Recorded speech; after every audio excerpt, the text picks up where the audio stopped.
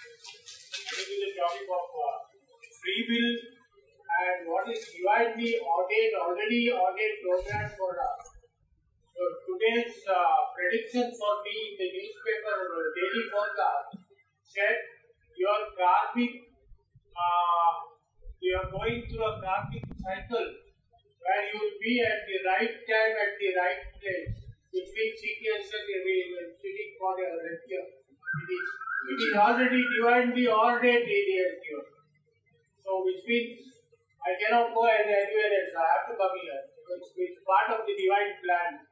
So the question is, how much of our life is controlled by free will? Our own wanting to do what we want to do, what we think is logically correct and logically perfect.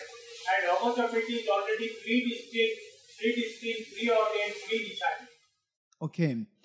In fact, this is again a very important question. Free will versus predeterminism. Free will versus predeterminism. This is the question. Would you call that karma also the same? Okay, just first I'll say something. Predeterminism versus free will versus predeterminism.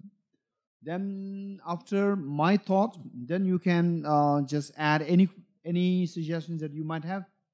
Feel free to add to that. Okay. In fact, what many other traditions speak about the divine plan. Divine plan in the classical Indian, many of the classical Indian philosophical traditions. Precisely, it is known as karmic operation. Karmic operation, karma, operation of karma. So, in some traditions, classical Indian traditions, there is the play of the karma and the play of the divinity, play of the divine and the karma together. And many of the traditions within classical Indian tradition, initially it was the divine plan. Then initially it was divine plan. It is like initially someone founded the Choe, and then it is carried down by the generations, new generations. They carried it down. Likewise, initial plan was created by the divine being, and then it is being the continuous cycle is being operated by the karma. So this is one tradition. Then in Buddhism, there is what is being believed by other traditions as the divine plan. In Buddhism, it is purely karmic operation. Purely karmic operation. So karma can be how the karma operates. How the karma operates. Well, karma is of so many kinds, so many classifications. One way of classifying karma is the definite karma and the uncertain karma. Definite karma and uncertain karma. What does it mean by definite karma? What does it mean by uncertain karma? This question. Say definite karma and uncertain karma. Uncertain karma. And definite karma are the karmas which are very forceful. And uncertain karma are the weak karmas. Weak karmas. Say if there are two trains. One is the real train, express, right? What express do we have? Rajdhani Express, right? There are a number of the express trains. So these express trains versus toy train, right? If you are right there in front of the big express train, no one can pull the train. It is moving with such a force that you are going to be crushed by this train, right? Whereas the toy train, even if it is coming right next to you, you can stop it, or somebody else can stop it, right? Because the toy train, while both are moving, but the toy train is moving, the force is not there. The force is so less. And whereas the big trains, the real trains, the force is so much that unless you stop it from 1 kilometer, 2 kilometers ahead in time, then when you're right there 2 meters away, then you are already going to be crushed. So karma likewise, karma with a greater force and karma with a weak force. karma with a greater force, this is something, when it starts operating, it is so forceful, it is so powerful that it is not really in our hand to control it. So therefore, that is known as the karma. This is known as the element of the predestined. What people believe as predestined, that is that element. Not that everything is predestined. Only those things which you are driven by very forceful karma, they are what the other people believe as predestined, is known as, in Buddhism, is known as definite karmas. Operation of the definite karmas. And whereas, say, shall I drink this water or not water? This is not really, of course, this is, if I feel a little thirsty, and then I'm looking for water, you may end up in a place where there's no water at all, which means that a very strong karma for me to suffer thirst is operating. Whereas here, even if I feel a little thirsty, then if I like to drink the water, it's there. If I don't like to drink, I can keep it there. So that is like, whether this thirst, I can resist it or I can remove it, it is in my hand. Present, today's hand, right now's hand. So that is what I can control. So that karma, for me to go through the little difficulty of the thirst, slight thirst here, so that karma, whether that ripens or not ripens, it is what I can control. Whereas, say, I'm terribly thirsty, then I'm in the hands of the terrorists, and the terrorists, they don't want to give any money or water to me, then I'm terribly thirsty. So there, for me to go through the thirst is a result of the definite karma, very forceful karma, right? So those things which is in our hand, whether to drink this water or not to drink, it is in my hand.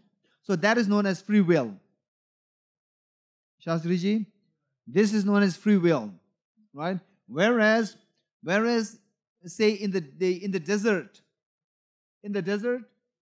then you are very thirsty, you are looking for water, you don't get any water there, right? Then you suffer thirst, terrible acute thirst for whole 3 days. That is the result of the definite karma, very forceful karma for me to suffer, right? So that many people take it as a destined. You are destined to suffer from thirst. Whereas today here, I have the water. Whether I drink it, not drink it, it is in my hand. It's not destined. It is in my hand, right? So that is the uncertain karma. Whereas if I have to suffer terribly thirst for 3 days in the desert, that is the result of the definite karma. And one is the uncertain karma and the definite karma. So the operations of the uncertain karma falls under the category of the free will. And the operations of the definite karma falls under the category of what many people call as the divine plan or predeterminism. In this context, when we talk of definite and the uncertain, the strength or the force of the certain karma, the definite karma, depends on the effect of deeds in the previous life. Okay, now the question is, So cause and effect.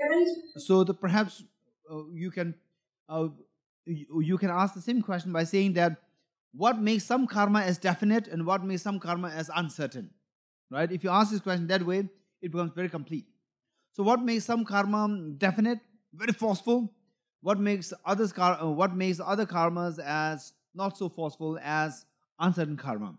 So that is determined by mainly the Shi is the basis, Samba is the motivation, Jorva is the action, and the result. There are 4 factors which determine how forceful is the karma, which determines what experiences that you're going through now. One is the basis. I will explain each of them. First, write them. 4 factors which determine the power of your karma, the force of your karma. The basis, the motivation, the action, and the result. Okay, say Say, let's think of I'll give you analogy of one negative action and one positive action. Say one act of abusing others. Say abusing someone else, bullying someone else, or using harsh words to someone else. So there, you can use harsh words towards a dog. You can use harsh words towards a mosquito. You can use harsh words towards a human being, right? And you can use harsh words towards the ordinary, within human being, towards the ordinary person. You can use harsh words towards, say, enlightened beings. So, to whom you are going to use the harsh words, that is the basis. That is the basis or the object of your action. So, if you use the harsh words towards the mosquito will not feel any affected, right? Will not feel hurt, because it will not even know that you are using harsh words. Whereas if you use the harsh words towards a human being, the human beings feel so hurt.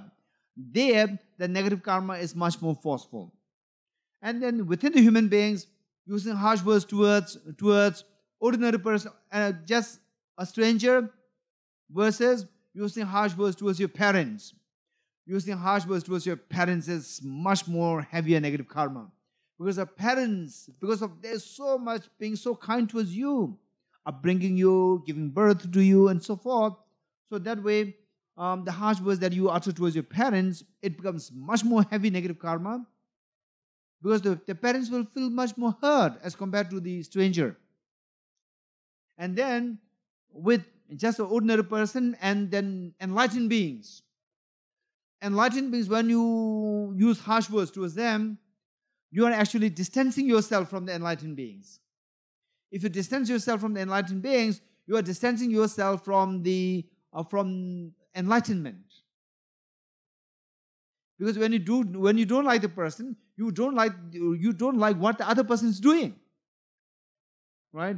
When you don't like person A, you will also don't like. Very likely, you will not also like the person A's father and mother, right?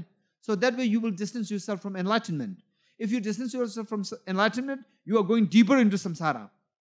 So that is even more heavy negativity. So that is the basis. Second one is the motivation. The motivation, simply because you feel irritated and then you use a harsh word. This is one thing. Another one is you strategically, systematically, you plan to hurt the sentiment of the other person in the worst way. You use harsh words, the motivation is even more intense. And then whereas you are engaged in some other work, and then you don't intend to hurt the other person, and the other person, without seeing what you're doing, then harasses you for something. Hey, please do my thing. And then you become really irritated. Stop that. You may use a harsh word, but it is not intended to hurt the other person, simply because you are doing something else, and then automatically this dirty word came from your mouth. Otherwise, it is not strategically or planned to hurt the other person. So that way the motivation is less intense. Then the actual action. You say the harsh words in such a way, you just use all sorts of abusive words to hurt the other person in the most way, in the event of the action. Say, even for example, killing. There are so many ways of killing it. In some way, it's very short and very quick. And there are so many cruel ways of killing, So, the more the cruel the act, more heavy the negative karma. Right? Then finally, the result. So, after committing the negative action, after, say, abusing someone else or using harsh words towards someone else, and then, in the end, you're so happy. I succeeded in making the other person feel hurt. I'm able to use harsh words.